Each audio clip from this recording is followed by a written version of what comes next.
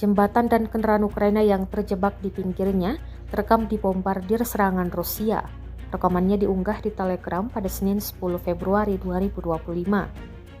Dalam keterangan unggahan disebutkan, Brigade Lintas Udara ke-83 Rusia menyerang jembatan dan tampak kendaraan IEV, Bradley, dan APCM-113 mereka berada di sekitarnya.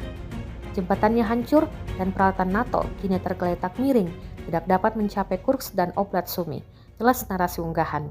Rekamannya pun menuai berbagai komentar dari warganet.